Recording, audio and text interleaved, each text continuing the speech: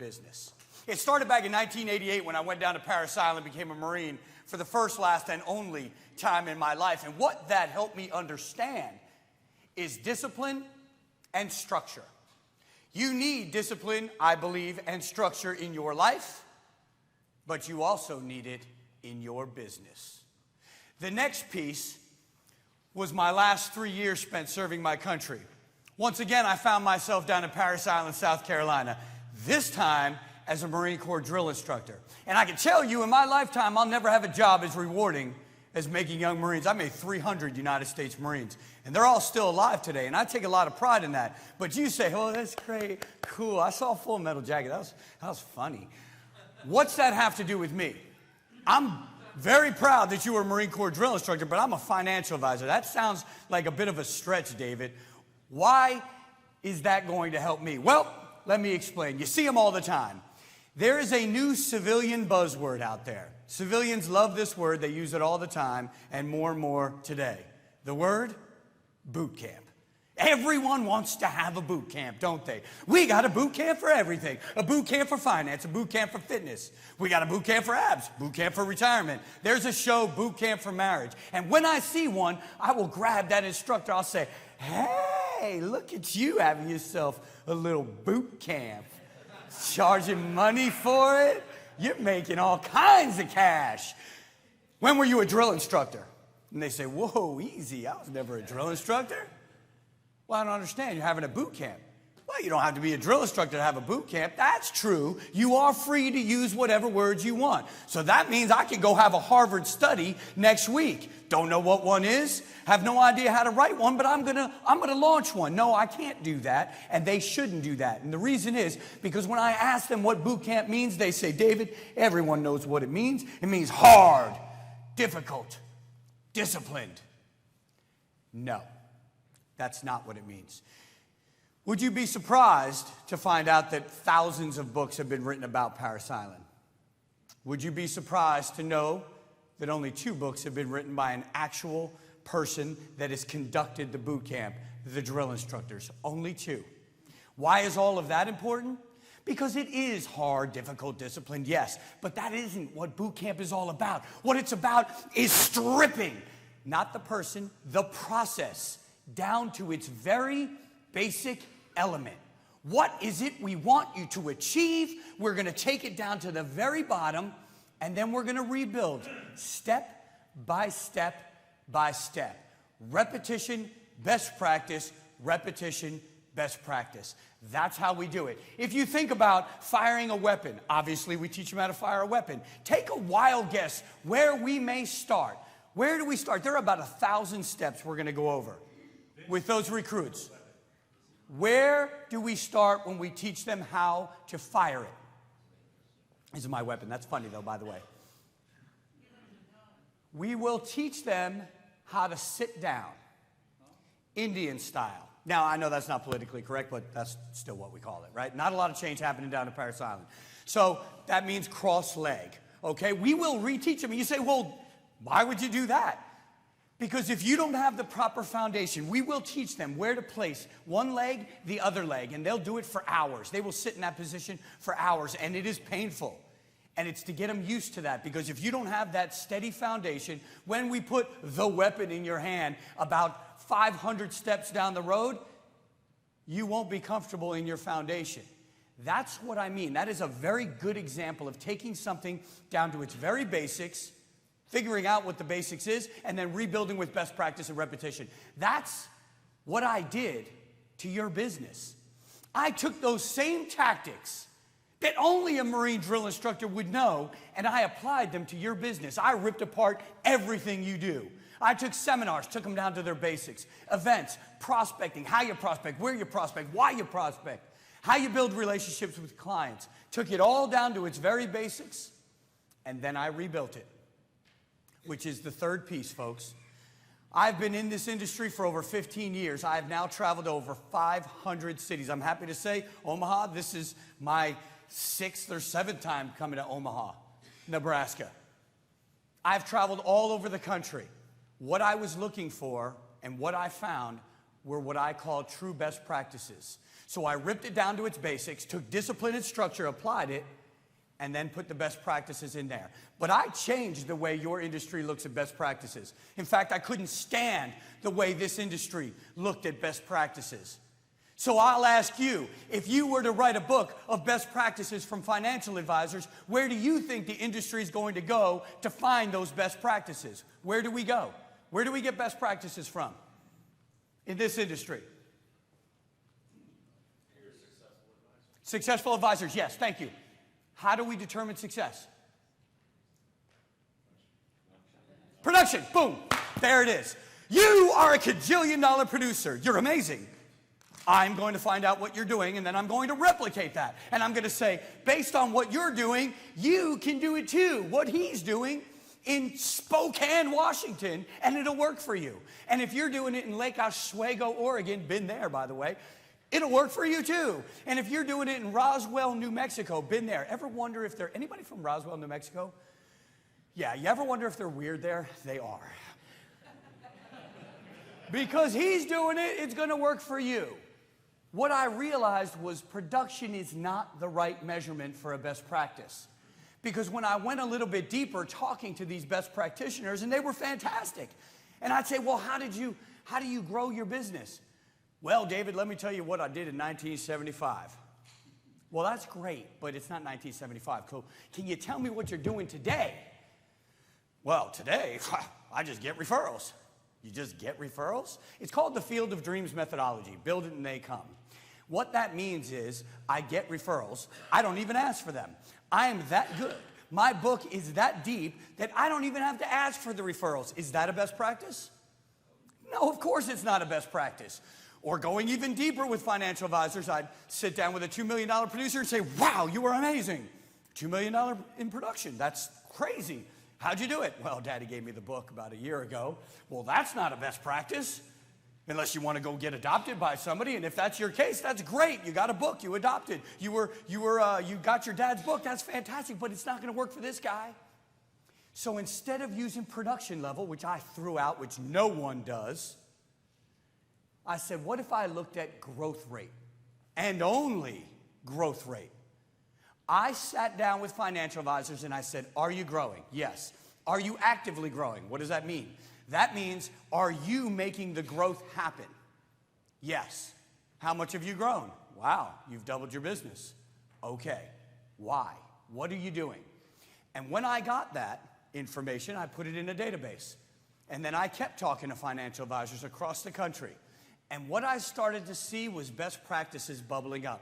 Similarities. Things that financial advisors had in common inside your entire business, whether it was cold calling. And I love when somebody sits in the room and says, cold calling doesn't work. Really?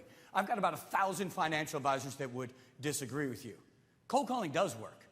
I'm not saying it's going to work for you, but it does work. In fact, why don't you call Pete Eckerline, $6 million producer, $6 million producer out of Wyzetta, Minnesota. Give him a call on the Barron's Top 100. You won't get through because he's cold calling. Do you know why? Because he wants to be a $7 million producer. So it's fine if it's not for you. However, you are not allowed to say it doesn't work because it does work.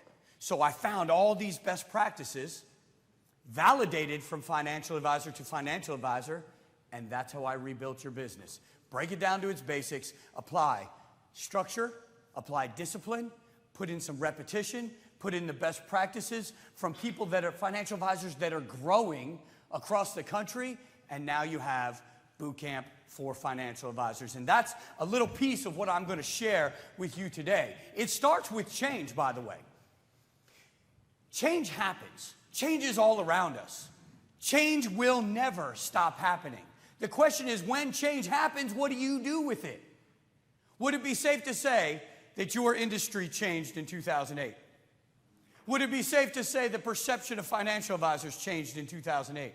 Would it be safe to say the perception of markets, perception of the banks, all changed in 2008? The problem I have, I call that your battlefield, is the tactics haven't changed. The tactics remain exactly the same. Why is that? It's time to change the tactics. It's time to change the weapons. I'll give you a great example. Sir, do you ask for referrals? I do. Jay, you asked me for a referral. The way you would normally ask somebody for a referral. Here, I'll give you the mic. I know it's a little uncomfortable. It is. Like, That's okay. We've done a lot of good work together, and probably in the back of your mind, you have thought about other people that you might want to introduce me to. Who's the first person, the closest person to you that I think might want to be introduced to me that I should give a courtesy call to? Perfect. Okay. Garden variety referral request. We agree? We agree? Normal referral request? Okay. So you ask for that referral. You say, hey, maybe there's somebody that you might know, blah, blah, blah, blah, blah. That was good. What happens next, generally? I'll think of it, or I can't think of anyone. I'll get back to you. Is that about right? What happens next? Nothing. So guess what you're going to do? You're going to do it again. The same exact tactic. You're going to use that again. Why? Because it was so good that you're going to do it again. And that's what I'm talking about. Now look at the change that's happened in your industry. Would it be safe to say that the perception of risk in giving a referral greater today than it was in 2007? Let me put it this way. Referrers, don't have the luxury of saying, of course I'm going to give you my friend of 30 years. I've known you, what, 5? Yes. Why wouldn't I give you my friend of 30 years? What could possibly go wrong?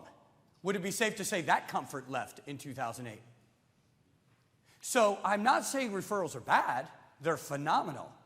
What I am saying is they take a lot longer, and your tactics had better change, or you're going to get run over by the change.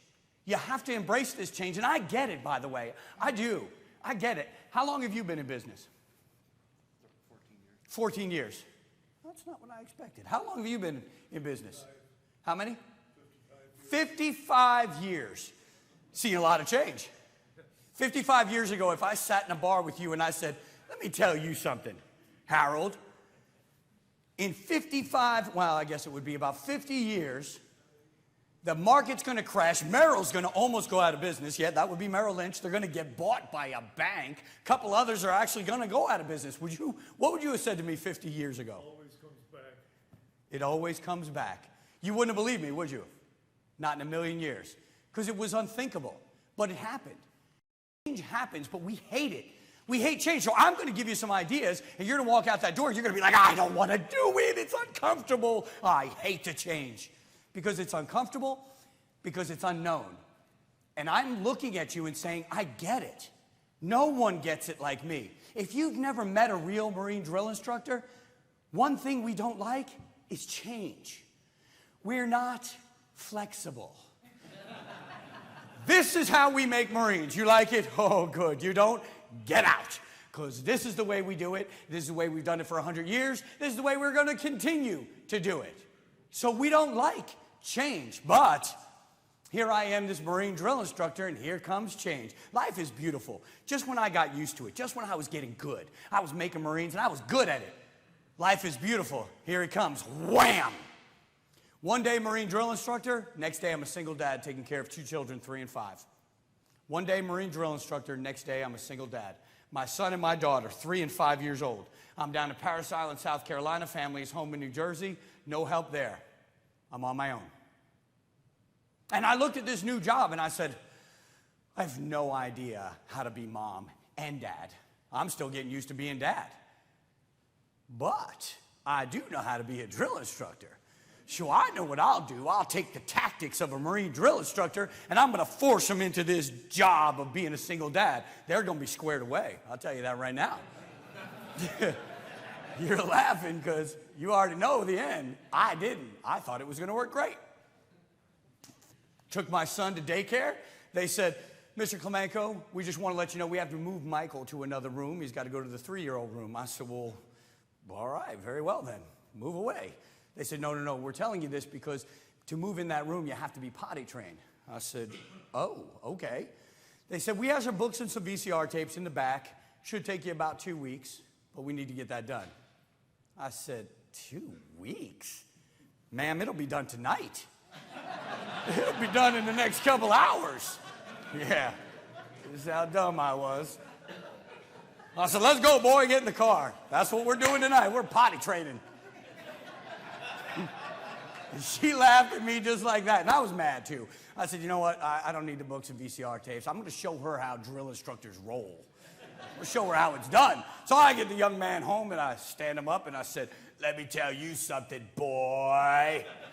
You're going to potty train, and you're going to do it now. The voice, the point, the stare. He laughed. He laughed at me. That's not what was supposed to happen. He was going to cry, run to potty, come back. I was going to go to daycare and say, bring it on, what's next? That's how we roll, us drill instructors. But that's not what happened. He laughed. He said, Daddy, you're so funny. And that's it. There it was. I just realized that my entire battlefield changed. And what I was trying to do is I was trying to force the old tactics, the old methods, into this very new battlefield. And I knew that was not going to work at that moment. I was going to have to change everything. I was going to have to get out of my comfort zone and begin to change. And I know it's uncomfortable, so I'm telling you, I get it. But you are going to have to do it. Your industry is changing and will continue to change. I'm going to talk about robo-advisor. It is a big thing. It's a big deal, and I'm sick of hearing it too. I'm sick of hearing about robo-advisor, but that's the thing. That's the change. How do you communicate with the next generation that likes to communicate electronically? You're going to have to figure that out. If you don't, you're going to lose it. You've got to understand this change has happened already. Boomers have already said, I know you want me to go down to Florida. I know you do. You want me to go down to Florida. You want me to buy that Florida house. You want me to retire down there. Yeah, not going to do it. You know why? Because it's my money. So I'm not going to do it. I'm going to do something so illogical that you're not even going to understand it. I'm going to buy a florist shop. You know why? I don't know. Why not? Because I've always wanted to have a florist shop. That's not logical. That's what I'm going to do, and that's how I'm going to retire. So they've changed things, and they will continue to change them. Embrace it. Don't embrace it. But I'm telling you, if you don't, you're going to get run over. One thing that I've been able to do is fit advisors into 3 buckets. And I want you to think about these 3 buckets. You will fit in one of these 3. All of you will fit in one of the 3. You've got the first bucket, business as usual. I love these advisors. I really do. I talk to them every day. David, this is what I do. This is what I do. This is what I always do. All right, this is what you do. What do you do? Well, I like to grow my business. Which is a good starting point, by the way. Not everybody wants to grow their business. This presentation is about growth. How many of you want to grow your business? I'm not going to make you walk over coals. This is not an affirmation. I just want to know about how many. Because if you don't want to grow your business, it's a really bad presentation for you. Because this is all about growth. So I look at this business as usual group, and I say, okay, you want to grow your business. How do you normally grow your business? They say referrals and networking. Referrals, and I do see you guys taking pictures with your phones, and that's okay, but I will make these slides available to you, I promise. Carol, we'll make sure we get them the slides. Outstanding. I mean, you can still take pictures if you want to, but we're going to make sure we get you the slides. Okay, so how do you normally do your business? Referrals and networking. That's what I do, that's what I do. That's what I always do. That's what I've done for 10 years. How's that going for you? Not good. That's why I'm talking to you. Well, that's not a big surprise. If you think about the change, referrals and networking, they just take longer. So if you want to grow your business in the next 6 months, referrals and networking is going to be tough. So referrals and networking aren't working for you. Okay, have you thought about some of the other ways to grow your business? Like what? Have you ever thought of doing seminars? Bah, bunch of plate lickers, come eat your food and leave. I'm not doing seminars, all right? Have you thought about events? You mean like events for clients? No, I mean like events for prospects. Do I have to pay for it? You'd have to pay for some of it. No, I don't want to do that. Okay.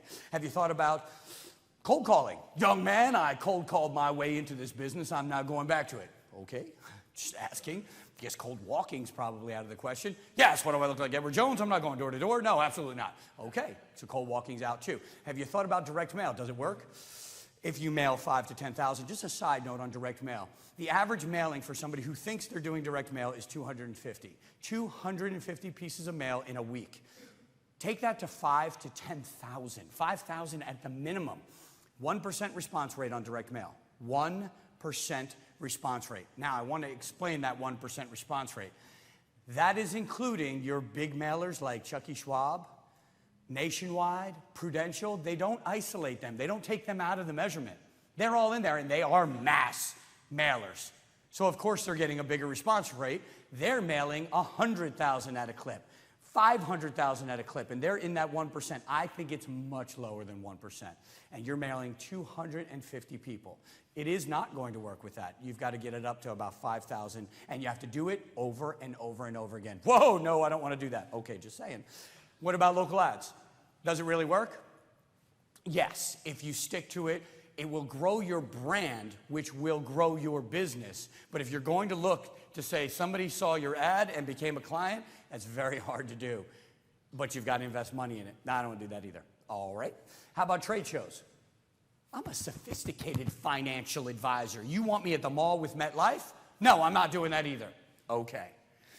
Now, this is the point where I stop the conversation.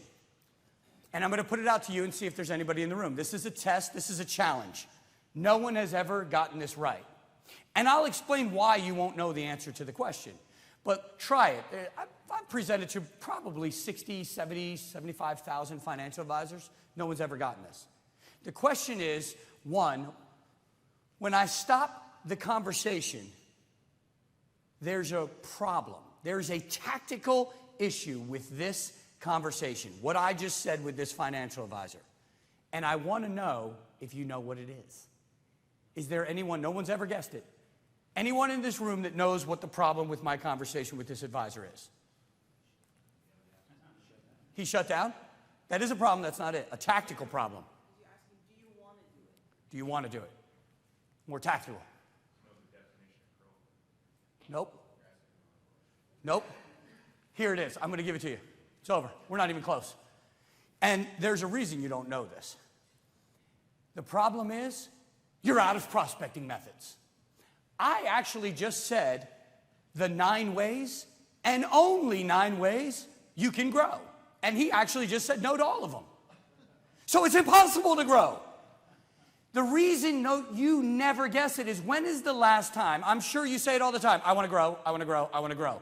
When's the last time you sat down and said, let me actually write down the only 9 ways that I can grow my business? And from there, put some structure and discipline and planning around those.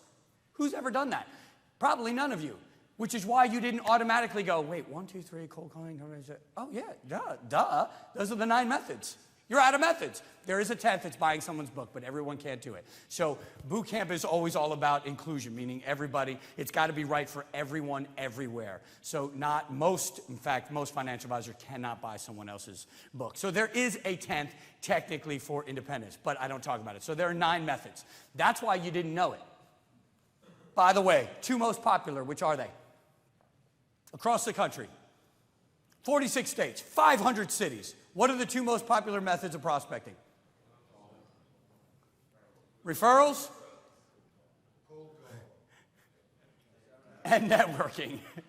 Referrals and networking are the 2 most popular, 46 states, 500 countries. Wow, that would be remarkable. 500 cities. Why?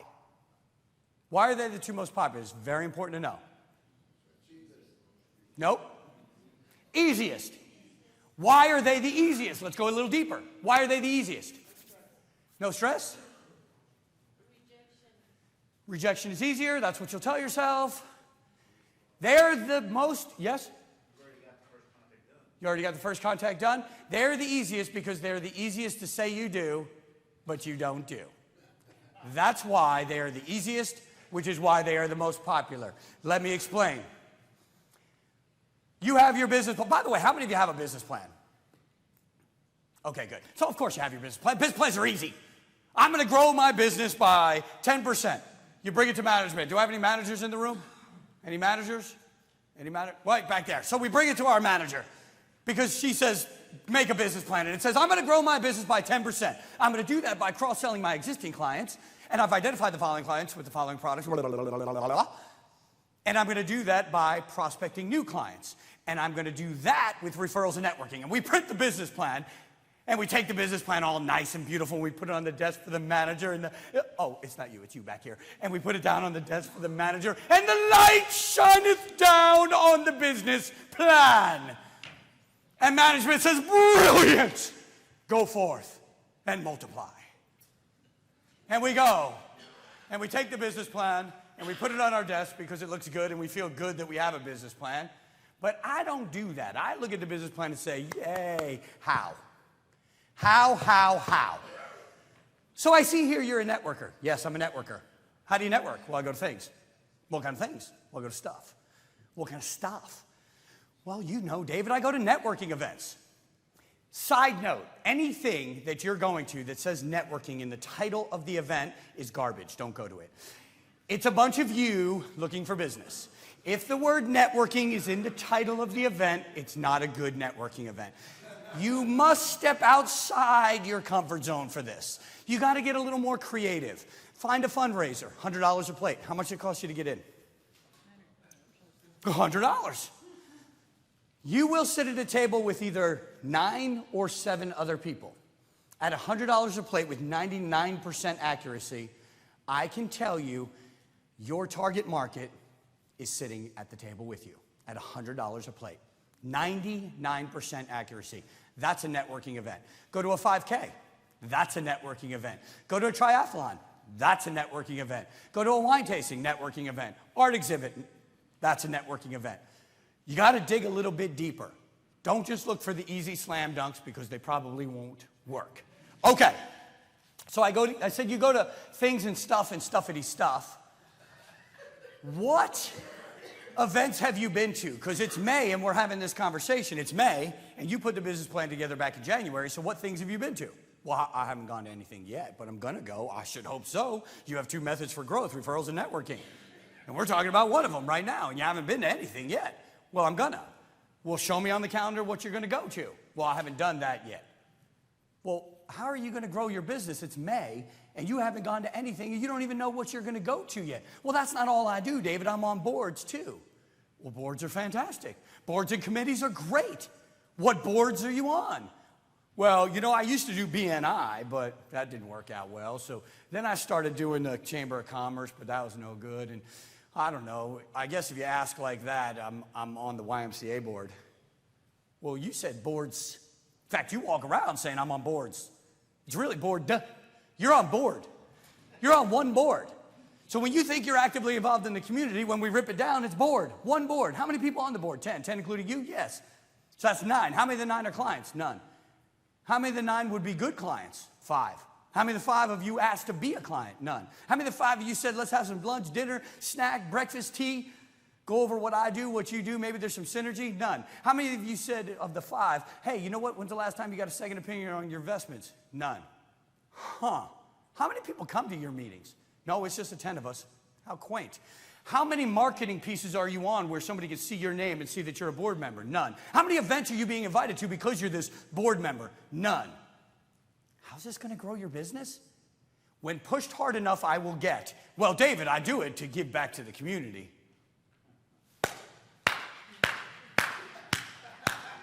I give back to the community too. Here's the thing. I think giving back to the community is wonderful. I have a nonprofit organization which will never get me business, which is why it's not in my business plan. It's in my personal plan. If you're doing networking to give back to the community and you are not willing to ask for the business, take it out of your business plan. You are not a networker. So now we take it out of your business plan and leaves us one other method for growth. What was that? Referrals, which has a fundamental flaw. What is it? Aside from the fact that you don't ask for them, right, there's something even more fundamental. It's dependent on somebody else. You don't control it. That's right. You will never control referrals until somebody figures out a method that's legal and tells me about it, where you can pick up the phone and say to your client, oh no, Mary, oh, you'll get me a referral. I'll put my hand through this phone and put it around your neck until you do get me a referral, which would be really cool, but you can't do. So until then, referrals have a flaw. Throw on top of that, you don't ask for them. Throw on top of that, there's no structure. You just say you do them, you don't really do them. It's what I call fly by the seat of the pants referrals. You have a meeting with your client. Your client's name is James. James Smith.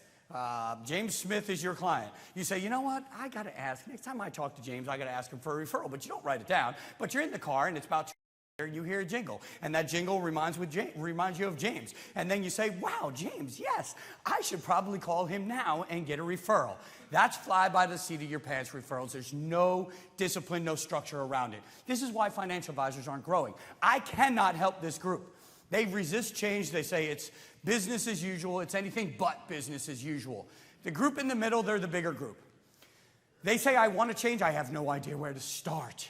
So they'll dabble in things. They'll cold call 75 people, get hung up on 75 times and say, whoa, that's why I don't cold call. That was awful. Cold calling doesn't work. And then they'll do one seminar, they'll get eaten up, and then they'll never do another seminar again. And they'll bounce around from prospecting method to prospecting method, putting no plan or discipline around anything. And then you've got the last group. Folks, I am not going to sugarcoat this. That's not what I do. That's not what I'm here for. I'm not going to tell you wonderful things like, oh, it's so easy to grow your business. Gosh, all you have to do is come in for an hour a day and it'll just explode. I'm not going to tell you that because that's not what I found. But I want to ask you, have you ever wondered in your business, there are this many financial advisors, this many aspire to be million-dollar producers. There are this many financial advisors, this many aspire to be million-dollar producers. This many actually get there. This many want it, this many get it. This many want it, this many get it. But have you ever sat down and wondered why? Why so many want that achievement, yet so very few actually make it? And the answer, it's hard. But I'm going to define what hard means because I found it in this group. This group that went above and beyond. This group that works prospecting 6 to 10 hours every day. 6 to 10 hours of prospecting every single day. They work 14-hour days. They are open to anything that will grow their business, and I mean anything. If it's going to grow their business, they'll do it. The $5 million producer that says, David, check this out. I keep a folder of all my information. I just put a little sticker. It was literally an Avery sticker. An Avery sticker with his name, his information, his team name. He says, I just keep this folder in my bag, and every now and then when I'm in an office, I just plop it right there on the desk in the waiting room. I don't ask. I just plop them all around wherever I see a place to plop them.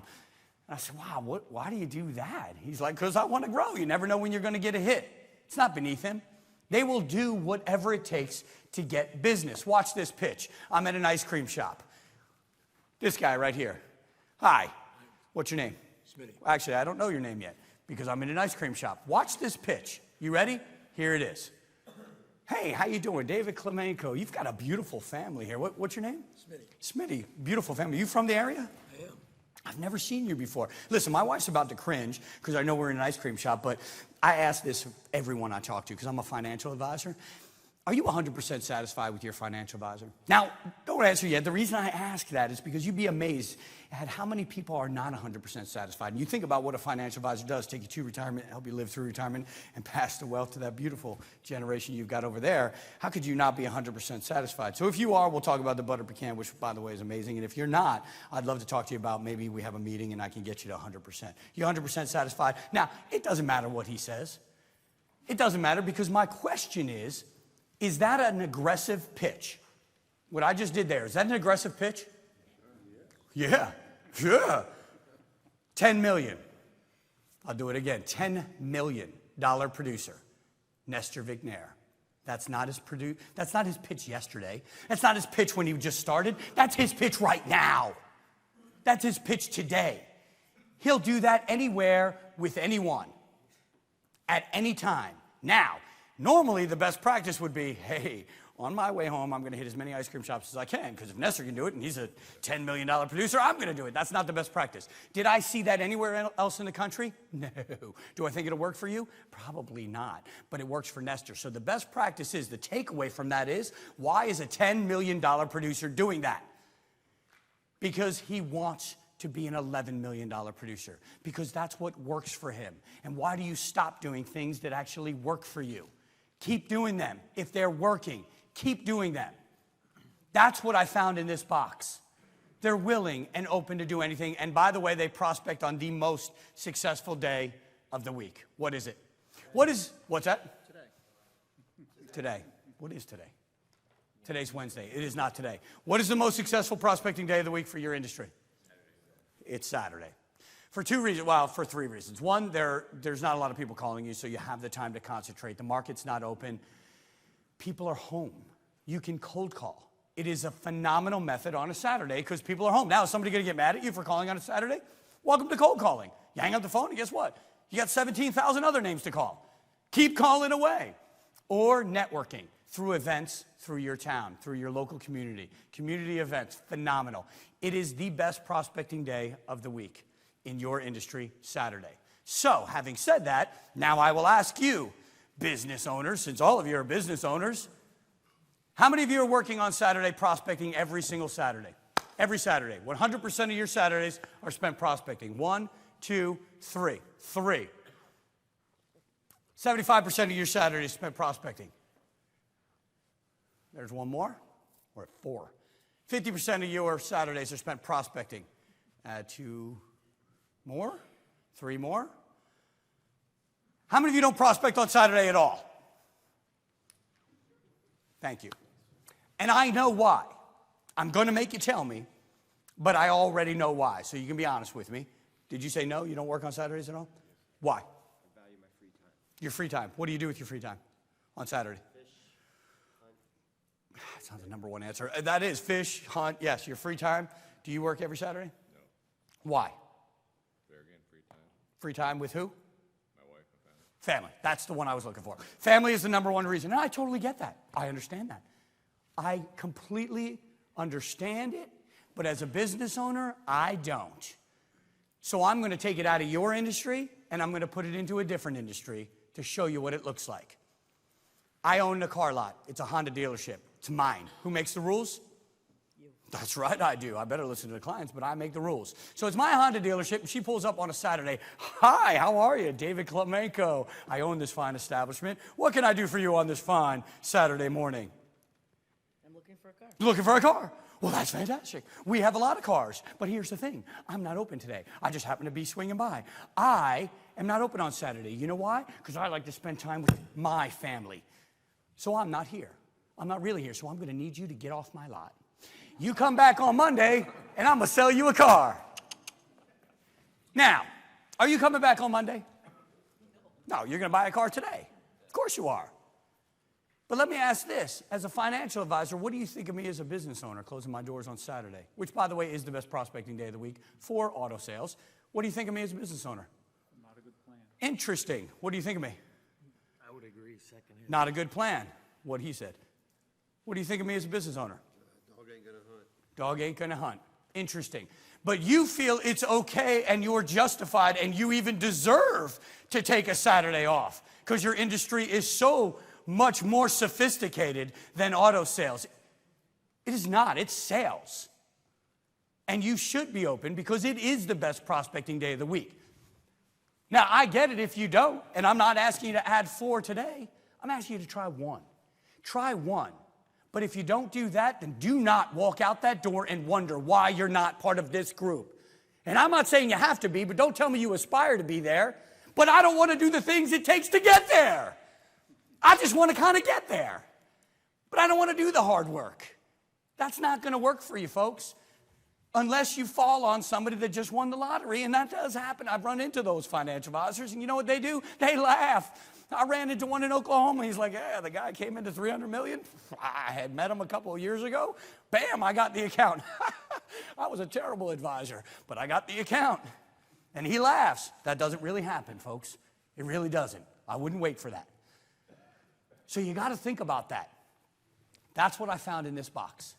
That's why they're so good, and that's why they grow so rapidly. Which takes us to the goal. This is the cornerstone of my message. Because in ripping your business down to its very basics, I said, okay, is there something I can hone in on? When I went to Finland and Sweden, and when I went to the UK, and when I went to Tulsa, and big banks and little banks and wirehouses and independents, is there something they all have in common? And there was. There was one thing I could hone in on, and it was loyalty and trust. Is there anyone that has something bigger, more important than gaining loyalty and trust from clients and prospects? Is there somebody that has something better as a goal than loyalty and trust? Because I've never heard of one.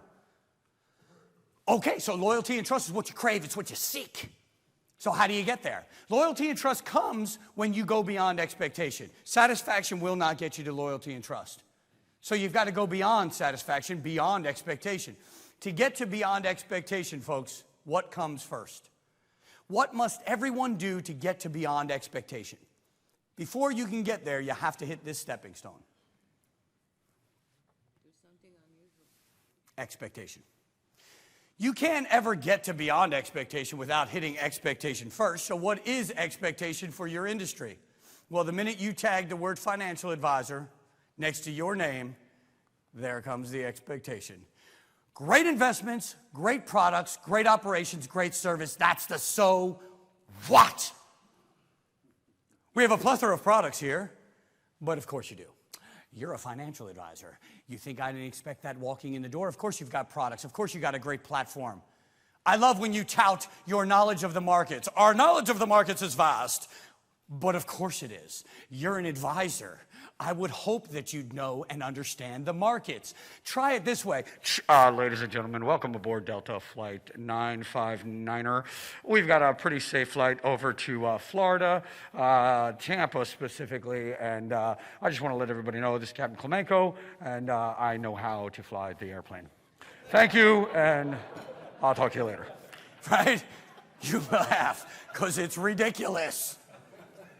That's how I look at you when you say, well, my knowledge of the markets, I've known the markets for 15, 20 years. Well, of course you know the markets. That's your job to know the markets. That is all expectation, folks. That's all the so what. That will not take you to beyond expectation, thus you won't get to loyalty and trust. So the beauty is, in your industry, there are only two ways to get to loyalty and trust. Two. You get two options. The first is very effective, very fast. Nothing will get you there faster than this one, and it's called performance. Performance will take you to loyalty and trust. Good performance, great performance. They love you, don't they? My advisor, personality like a box of rocks. But who cares? Because I'm making money, money, and I'm making money a lot. What happens when the performance goes down? If we build the foundation of loyalty and trust on performance, what happens when the performance goes down? The client leaves, and they will go looking for performance. And they will keep bouncing around from advisor to advisor based on performance until they find the other thing, and that's the relationship. And the financial advisor that was up here earlier said it's a relationship business. I know you know that. My problem is there are thousands of advisors, and most of you have absolutely zero tactics and zero discipline and zero structure and zero measurement around how you build the relationship. And then the advisor will say to me, David, you can't put structure around the relationship. The relationship's got to flow. No, you will put structure and discipline and measurement around it, and it will flow. Because this is how you get to loyalty and trust. So let's rip the relationship down to its basics. The poor cameraman back there, he's getting a workout today. I forgot you were taping. I'm all over the place here. All right, so he's like, geez, I just want to have a cup of coffee and sit down. This guy stopped moving. Can't you go to the podium for once? Just once. Can you give me 5 minutes at the podium? All right, so, sorry, brother, I forgot about you. All right, so if we rip the relationship down, I'm going to be looking at you all the time now. If we rip the relationship down to its basics, there is one element of a relationship that no relationship exists without it. What is the element? This element. Trust is the outcome. So the element is contact. Without human contact, without some interaction, there is no relationship. It is the starting point. Even if Chris and I were born twins and he was shipped off to New Jersey and I lived in California, we've never met, and we meet at 21, we don't have a relationship. We have now, as we meet, we are starting our relationship. It starts here. Depending on where the client or the prospect, or we'll call them the new client, is in your life, how they came, depends on where that starting point is. But the only ones that start up here are family members. Everyone else is down here. There's some variation of down here. So what we're trying to do is we're trying to take them on the relationship scale from down here to up there. Why? Because up there is where loyalty and trust is. So the question is, how do we do it? Well, you've got to rip contact down to its basics and say, there's a ton of contact, different types of contact. What makes contact better? What affects the relationship scale better when it comes to contact? Well, let's try it. I mail you an email newsletter. Contact, you're my client. Is that contact? It is contact. I'm not gonna say it's good, but it's contact. So email newsletter, and I take this guy to his favorite restaurant. Jeffrey to his favorite restaurant. Both my clients, which contact is better? Yeah, that's dumb. I know, it's a dumb question, but I'm setting you up. So I take Jeffrey to his favorite restaurant. He's a client. What's your name? Brent. I send Brent a handwritten note card. Huh. Now which one? How many of you still want the face-to-face dinner? How many of you want the handwritten note card? How many of you say, you know what, I don't feel like answering your questions anymore. You're not my drill instructor. Okay, I get it. All right, so you don't have all the information, actually. You need to know what's in the card. Brent, right? This is what's in the handwritten note card. Brent, I was so sorry to hear about your aunt passing away. I know how close the two of you were. I remember fondly how you'd come to my office and talk about your trips down to South Carolina, how you go crabbing off her dock. I know how long she battled cancer, and I know the toll it's taken on you, Amy, and the kids. I want you to know I'm here for you. I sent a donation to the American Cancer Society and flowers to the funeral home, but if there's anything you need, my friend, you give me a call. Now, face-to-face dinner or that handwritten note card? 99% will move to the card. I just made a card a better contact than a face-to-face dinner, and in lies the secret to how to build the relationship. How did I do it? The more personal the contact, the harder it hits the relationship scale. The more personal the contact. How did I make that contact so personal? And we'll be there. We'll be at the bottom. Starting point. How did I make it so personal? Data. Information. It's called data. Data. I call it the matrix. Do you know why? Because most don't see it. You walk out and you walk out like this, right? You walk out like this. You don't see data at all. In fact, this guy right here, you're married, right, Jeffrey? Jeffrey will be in some quaint little shop with his wife, and she'll pick up a silver spoon and she'll be like, Jeffrey, honey, you know, this reminds me of my Nana. She used to make me grapefruit in the morning. And that to Jeffrey sounds like wah, wah, wah, wah, wah, wah, wah, wah. Because he's not seeing the matrix. If you saw the matrix, you'd say, data, little silver spoon, ha, ha, ha, anniversary gift. I'm calling that place, I'm buying it. That's fantastic. But you don't see that because we walk around and we don't see the matrix. It's data, information that our clients are dropping every day, every interaction. These are windows into their life to tell us who they are. And then we can take that data and use it to make every contact more personal. So you know the more personal the contact, the better the relationship. Yeah, of course, duh, David. Well, how much time have you spent making sure every single contact is more personal? Take that email newsletter. Let's say there's an article in there about school and how they're going to change school funding so it's easier to get college tuitions or blah, blah, blah. And you say, hey, Mary and Joe, hey, look below. I'm sending you the newsletter. And when you do, look, when you get the newsletter, instead of deleting it, I want you to look at the story about college funding because I think this is exactly what we were talking about with your portfolio. And this could help when Joey goes to Purdue because you picked up that little nugget of data a while ago.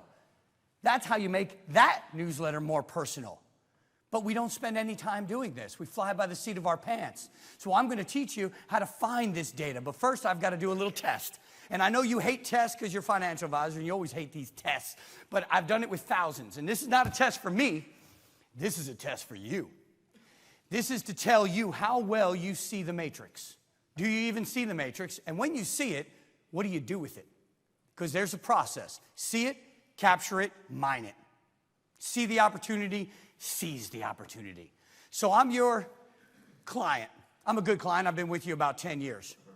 You have all my money. I don't have my money with any other advisors. I've got about $700,000 in investments. I've got some 401ks that you know you're going to get. I'm not one of those clients that calls you all the time and says, oh, the market is falling.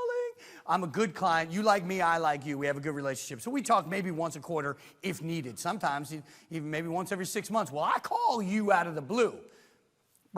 Hey, how are you? Hey, listen, I wanted to tell you the good news. Brittany Our oldest, but you knew that already. Brittany just got accepted to West Virginia University. You believe that?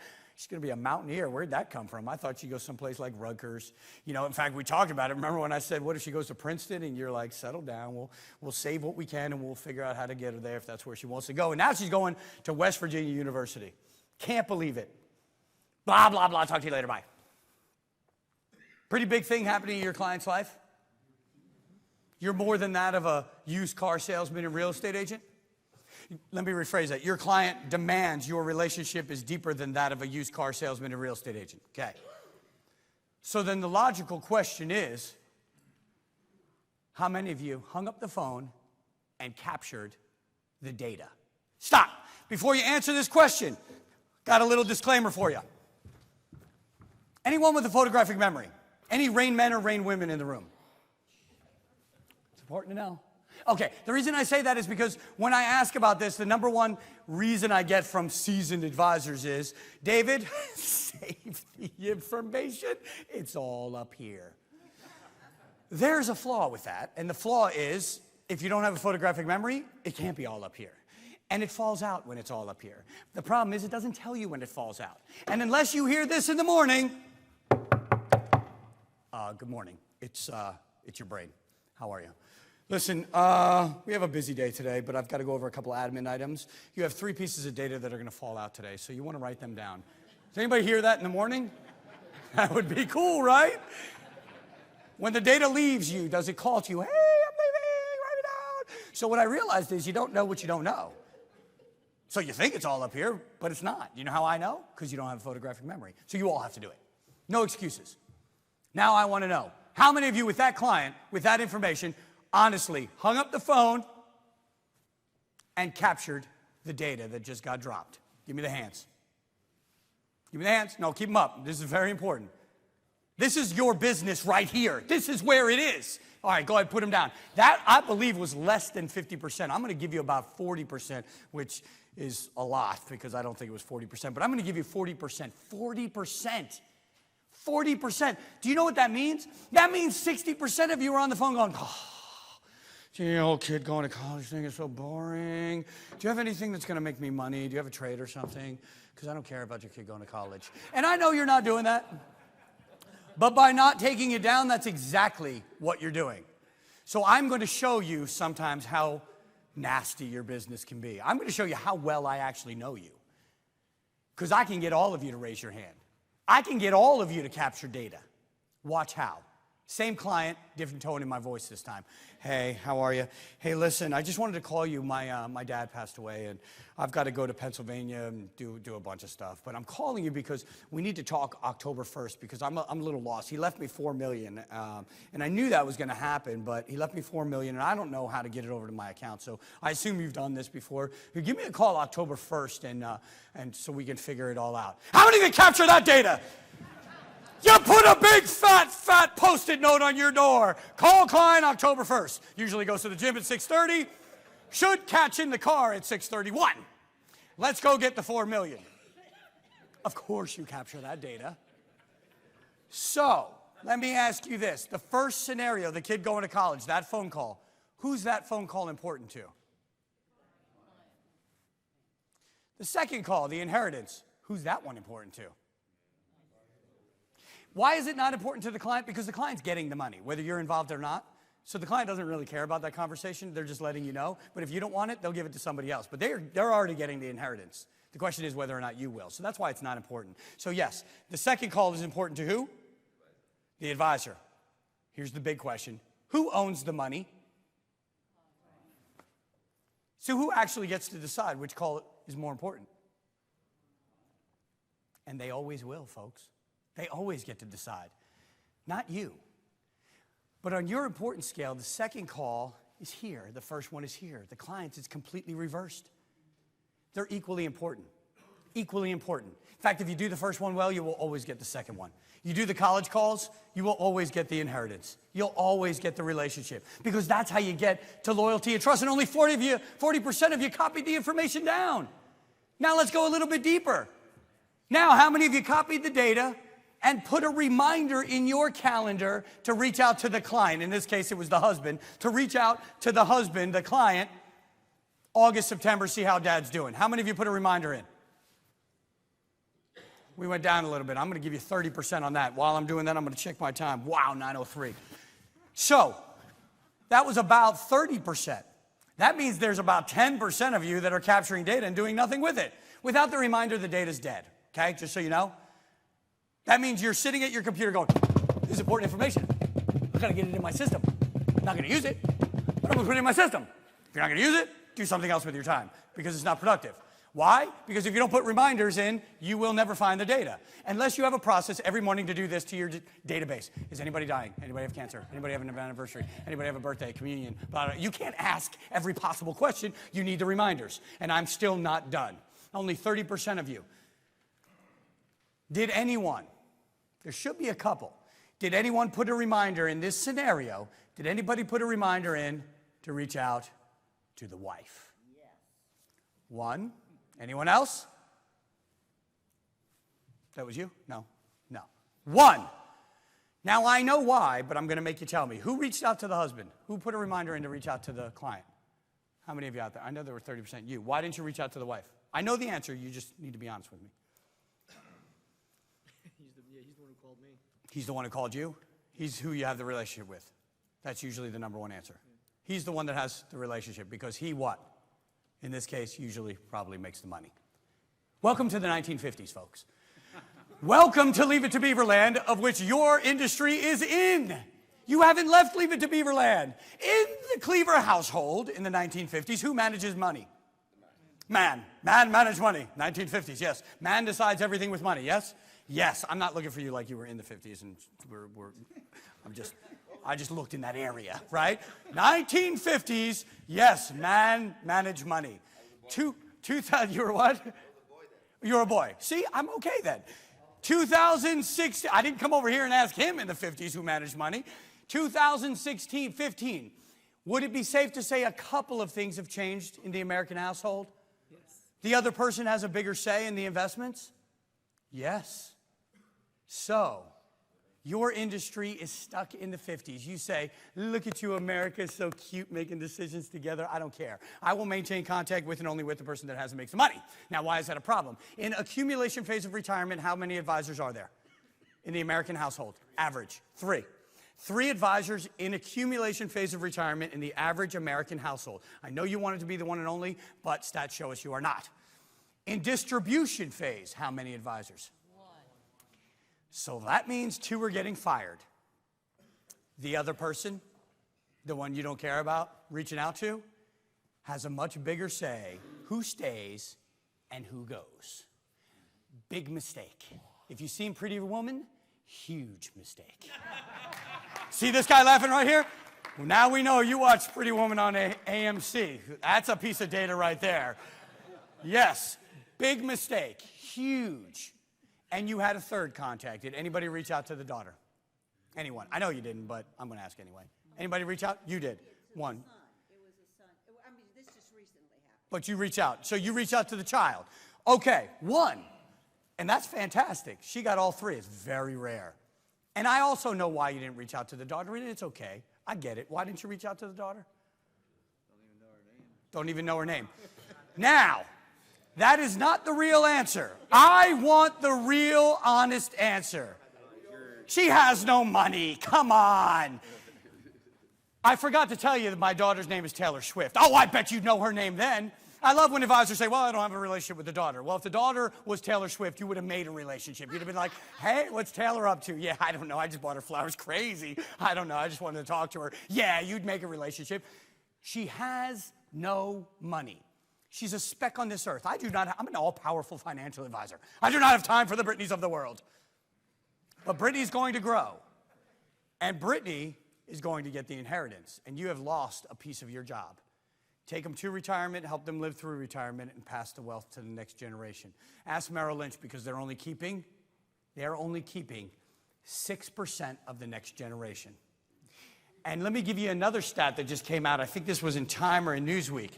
70% of women that inherit the money 70% in the first year will find someone else to manage the money.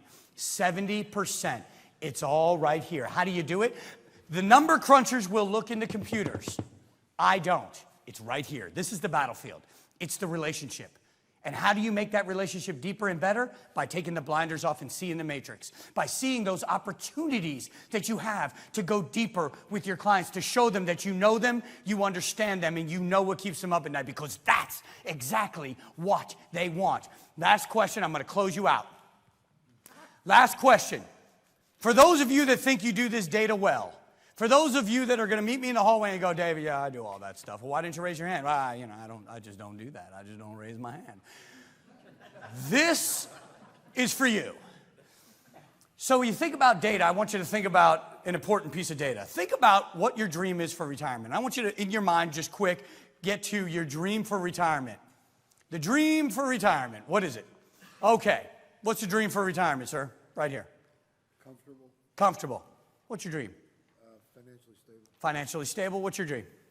Just retire around the kids. Retire around your kids? Stability. Stability? Providing education for my My, you guys, education for your kids? You guys are boring. Any travel here? What's your dream? Travel, hey.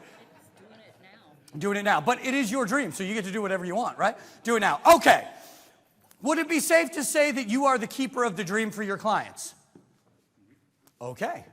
So the beauty is, Transamerica, me and my buddy Mike, we bought you a bunch of mugs, and they're in the back room. We have thousands of them, thousands. And the mugs say, my dream for retirement, and has a white box.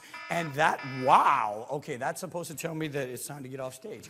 So, meant to turn the sound off of that. Wow, that was scary. Everybody's like, the alarm, okay. Okay, so the mugs are for this. We're going to leave here, and we're going to go next door. And we're going to fill out those mugs that say, my dream for retirement, and we're going to mail them to every one of your clients. So my question is, if we were to do that, who could actually do it? Who could, with confidence, go next door, and I'm not talking about new financial advisors with one client, you know what I'm talking about here. Who could, with confidence, go next door and write the dream for retirement for every single one of your clients? If you can, stand and receive thy accolades. No one, huh? Been one in thousands. One. So my question to you is, let me see if I've got this right. You're the one that gets them to retirement. You're the one that gets them to the dream. You're the one that keeps them in the dream, and you don't know what the dream is? How do you do that? How do you get them to a place you don't even know what it is? It's called generic investing. So for those of you that think you have all the data on your clients, you are probably missing the most important piece of data. And by the way, watch how I flipped that by doing, we're talking about this later in the value proposition training. Watch how I flipped that in value proposition. When I worked out and created what I call the Hail Mary pitch. The Hail Mary pitch is, oh, they're about to leave. And it's to fix the, I've already got an advisor, no, I don't want a second opinion. The final piece of that was to take this from my presentation and go, okay, no, and I get you have a financial advisor. You guys have been together 15 years. That's amazing. But do me a favor. What's your dream for retirement? Okay, do me a favor. What's your financial advisor's first name? Give John a call. Give him a call right now. Give him a call tonight. Give him a call tomorrow. And I want you to ask him one question. I want you to say, John, we've been together a long time. What's my dream for retirement? And if he doesn't answer with what you just told me, give me a call. Because how can he get you there if he doesn't know where there is? And that became a pitch that has been used by many advisors. Why does it work? Because so many don't know the dream. So my challenge to you is take the blinders off, go capture the data. You've got 9 prospecting methods. That's the only way to grow your business. Use them.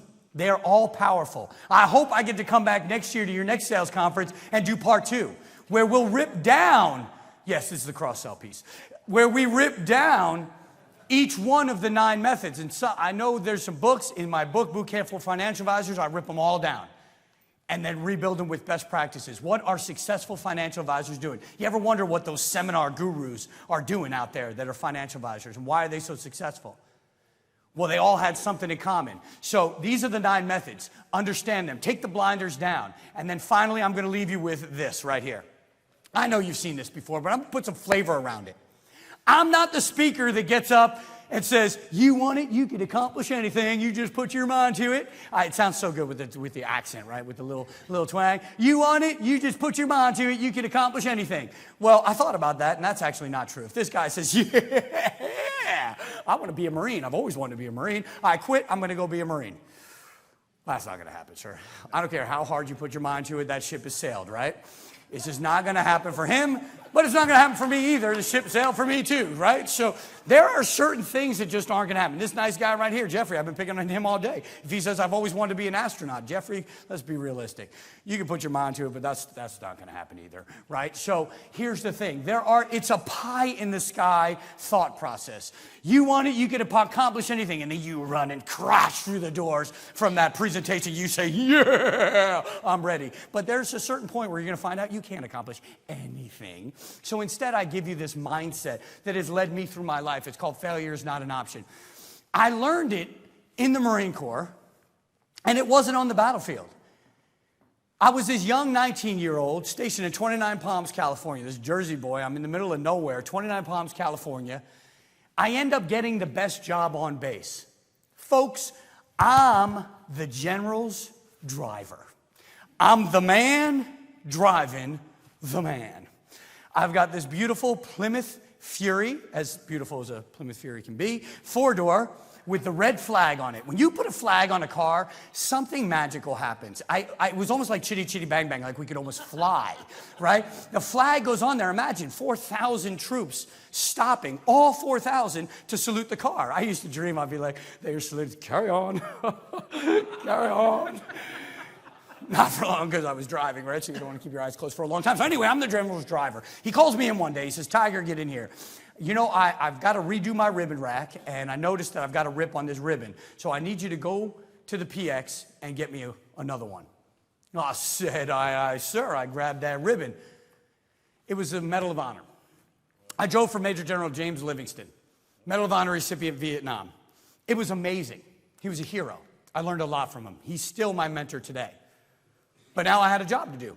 I went down to the PX. I said, hi, I'm the general's driver. He needs the Medal of Honor. He needs the ribbon. He's redoing his ribbon rack. They said, well, we don't have it. We know the general's here, but these are not easy to get. There was no web. We're talking 1990. There's no web. They said, we don't have it. We've got it on order. We're waiting for them to come from Washington, D.C.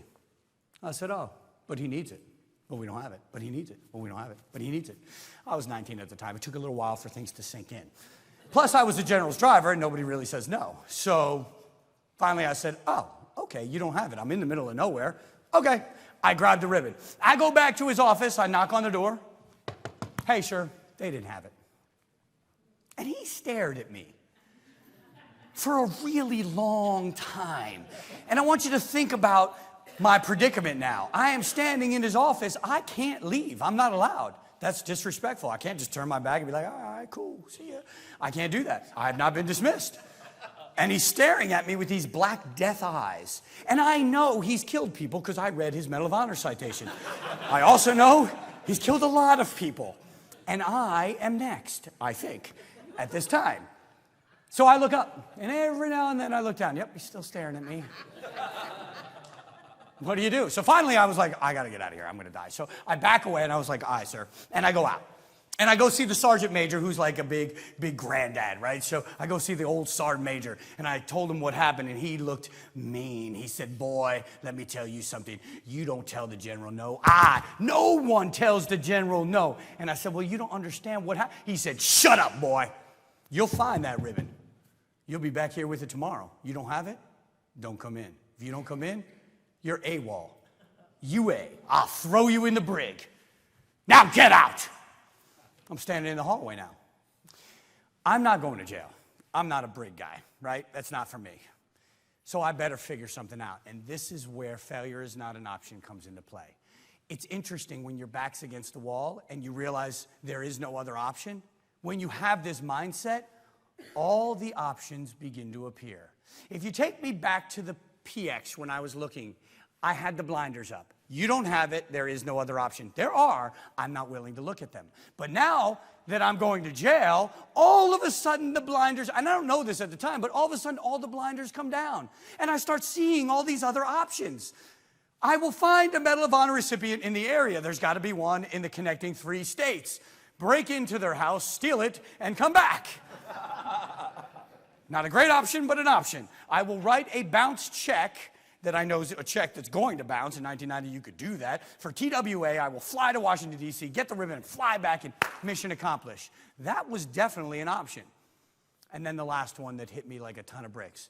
Duh, why don't I call the PX at Camp Pendleton 3 hours away and see if they have one? Because General Christmas lives in the area, and he's got a Medal of Honor. And sure enough, there it was. Got in the car, 3 hours, Camp Pendleton, 3 hours back. Mission accomplished. I would later find out that both the general and sergeant major were teaching me a lesson. He knew there was no ribbon in the PX. He said, you needed to learn this lesson because in battle, if you don't operate with failure is not an option, you will get yourself or your men killed. And I'm here to tell you, why is this important for you as advisors? Because growing your business is hard work. And if you don't have this as your mentality, as your mindset, which so many advisors don't, oh, do you want a second opinion for your portfolio? No. Oh, okay, bye. No! Why wouldn't you want a second opinion? Who wouldn't want a second opinion? You were around in 2008. You've got to have this mindset if you want to grow your business, and that's how you grow it, and that's the mindset. And the last lesson I learned was not from the Marine Corps or advisors. It was from remember that little 5-year-old blonde-haired girl that I was a single dad and mom for? She rocked my world one night when she came in, and everything I had learned about failure is not an option. She came in back from school, and she said to me one statement, Daddy, why doesn't my hair look like all the other girls? She said, Daddy, I want braids. I want ponytails like all my friends have. What do you say? I looked at that little girl. I said, honey, Daddy doesn't know how to do that. I can't be expected to do that. I don't know how to do that. And I had dumped failure is not an option, just like that. And that night I went to bed, and it didn't sit well with me. And so the next day I went to the store, and I bought a book, and the book was called Braids and Bows. It is the first chapter of my book. Yes, it taught me how to do hair, yes.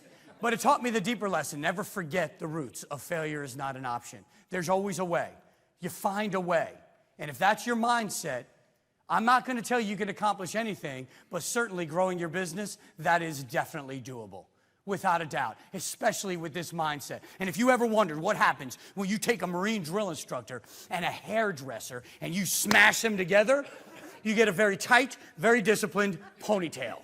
And I'm going to tell you, that was the best ponytail in that damn school. It was tight. Her face was like this. Guys, when you go home to try it out, be careful, because when you pull the hairs like that, that hurts them. So be careful. You guys are awesome. Transamerica, thanks for sponsoring me. Thanks, Mutual of Omaha. You guys are great. Thank you. Thanks, Cal, for bringing me. Thank you.